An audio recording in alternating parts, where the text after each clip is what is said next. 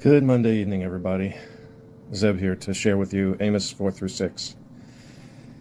Do you ever wonder, if you're looking through the Old Testament, why God seems to harp on certain themes over and over and over again? The wickedness of man, social inequality, failure to worship Him and to come to Him in times of need and to worship instead pagan gods and so forth.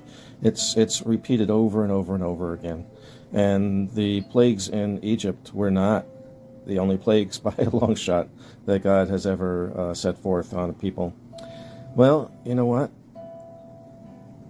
All of those books, all of those total Old and New Testament combined 1,300 pages or so, written by all those different prophets, inspired by God, throughout the ages, thousands of years, did not change the wickedness of man's heart.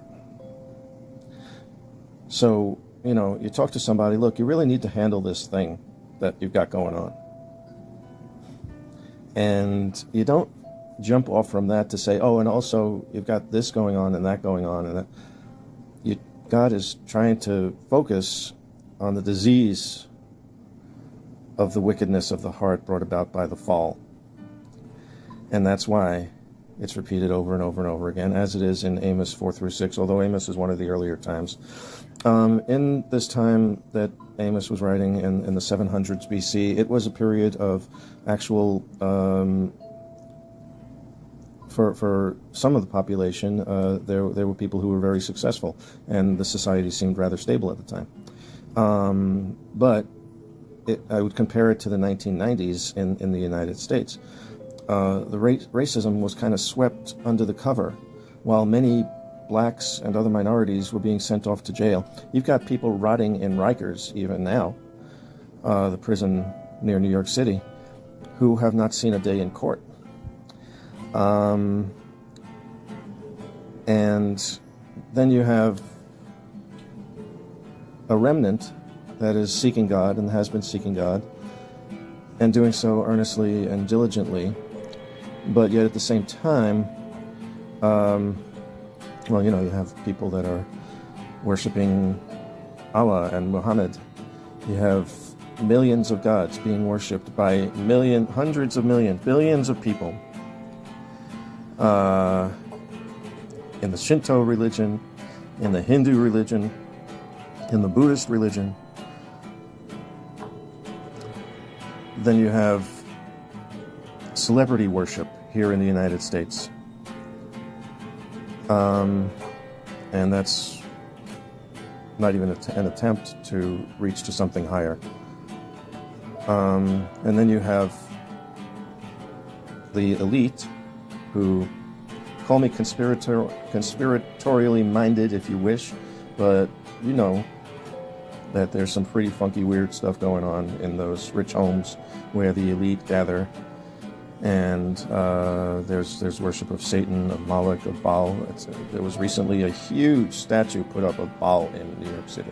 In this time, it's not like in the 1990s where things seemed just great and they were about to fall with the towers.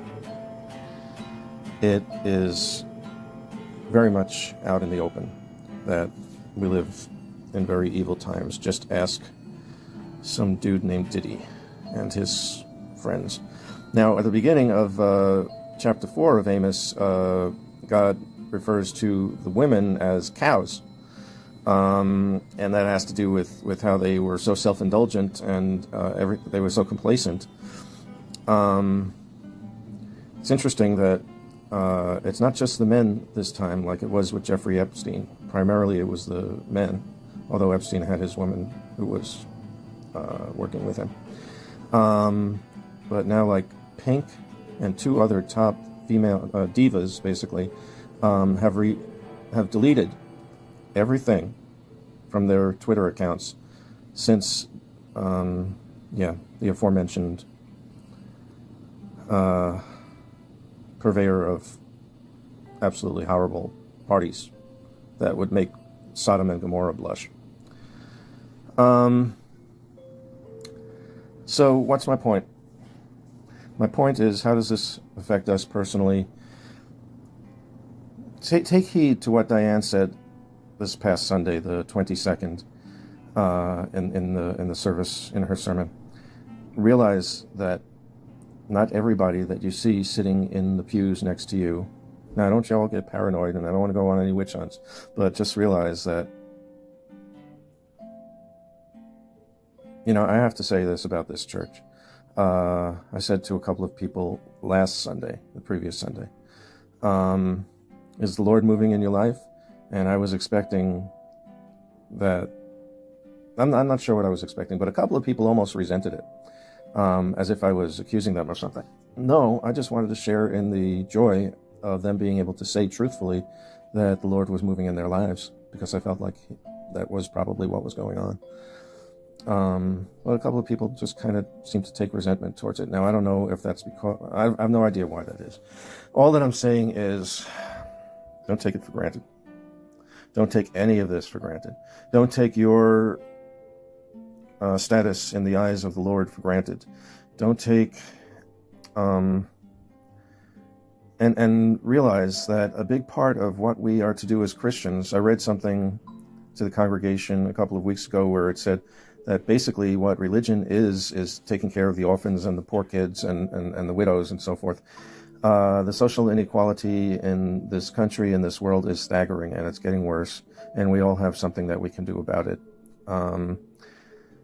And we're going to have to tell that to the Lord when it comes our time to answer for ourselves.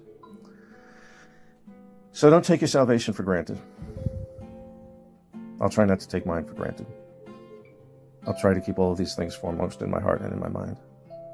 That's the deal that I offer you guys this morning. I think we're making good progress on that. But if you ever find yourself feeling complacent about your spirituality, about your relationship with God, maybe go back and read Amos 4-6.